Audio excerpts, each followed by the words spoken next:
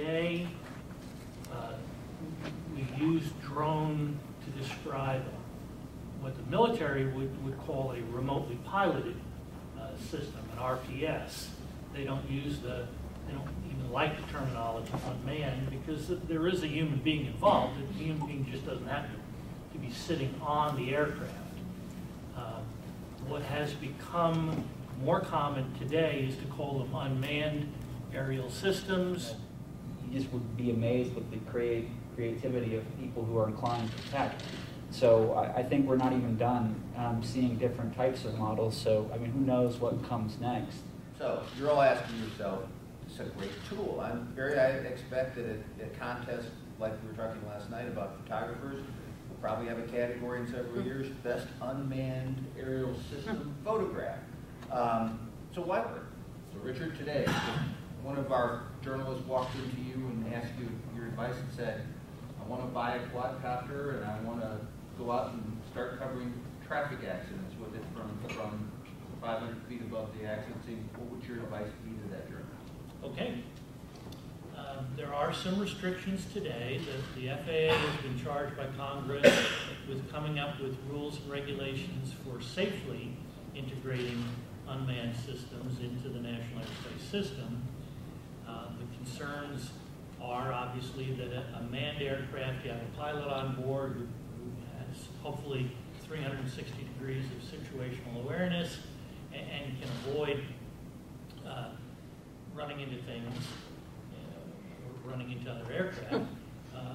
With an unmanned vehicle, the concern is today the technology is not quite there yet, or at least not to a level that the FAA is comfortable with, that we could keep these things from running into each other. And so today there are proposed regulations out there for under 55-pound aircraft, which would be most of the types of unmanned vehicles you would be using to take photographs. You presumably would have one in the back of your news van and a rack of maybe half a dozen or so batteries, so that you could put it up there, or maybe even ideally two of them.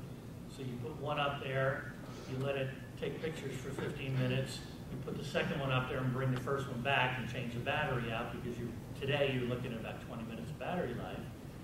You could cover a 3 or 4 hour breaking news episode by swapping out these small vehicles. Test site state, looking to attract the industry here. And it's important to me, as someone who cares about the First Amendment and has defended the Constitution before, that we don't get in the way of that. Information gathering is, as you know, critical to what you do.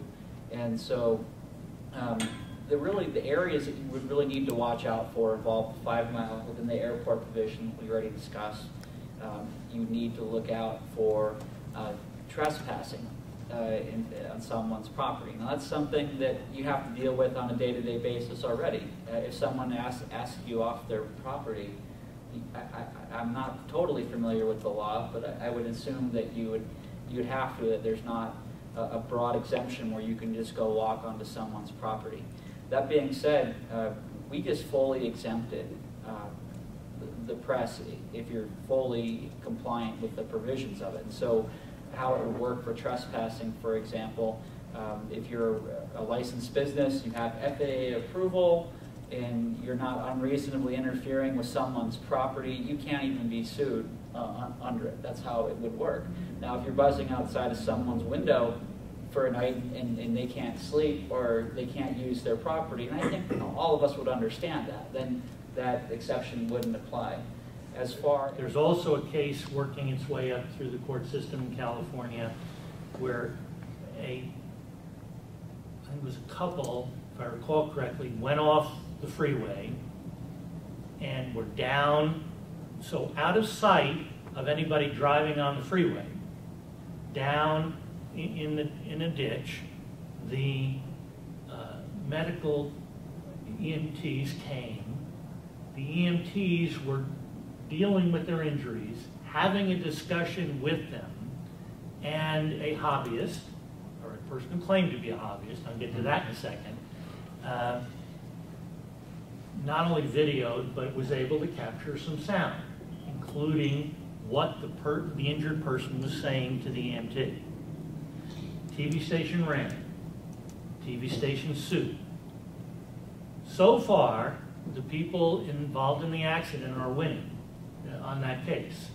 And the courts have said, yes, if it was on the side of the road, maybe a person who'd been involved in an accident might think other people could see and hear what's going on and would be more circumspect. But down in a ditch on the side of a freeway, you don't expect somebody with a camera to be and a microphone to be filming. So Legally taped a telephone conversation in violation of federal law. The radio station played it, was prosecuted, was sued for the playing the tape, and the Supreme Court said as long as you didn't participate in the illegal conduct, you didn't have knowledge of the illegal conduct and condone it, that you are protected. So there is that. But that's why I've said, Kelly, to your question, you know, I've seen there have been suggestions that people would say, well, we'll make our photographer a hobbyist because we won't pay him for the time he took the photographs, and I think that clearly is too cute by half. So, in a different related area, have a really advanced technology. I think that they're realizing that laws that were decided with fixed-wing aircraft with naked eye observation aren't exactly maybe the right framework for technology that's just inherently different. And so I would expect this to be another shift if it does get to that far, that they might sort of move a little bit farther because of how the technology has become so different.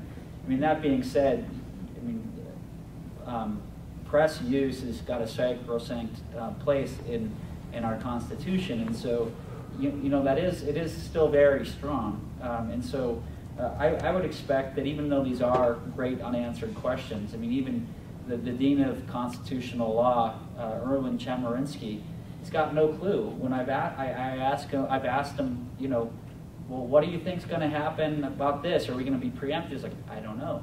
And it was so all. Someone just playing with it, so the camera comes off. But you can see the camera. No matter what's going on with the copter, the camera will stay stable. You can see on the screen there. Wow. So when it's flying, it's pretty stable when it's flying. And then, you know, any kind of shake or anything like that, it handles it. But then it, you know, so it can handle quite a bit, especially during video. It doesn't move that much even when it's flying. It can handle it to a 15-mile-an-hour gust. The wind, it'll compensate because it's locked on GPS. So if it's up in the air and it hits a gust of wind, it'll just compensate, and the camera will stay stable in whatever direction it's going in. It's pretty convenient.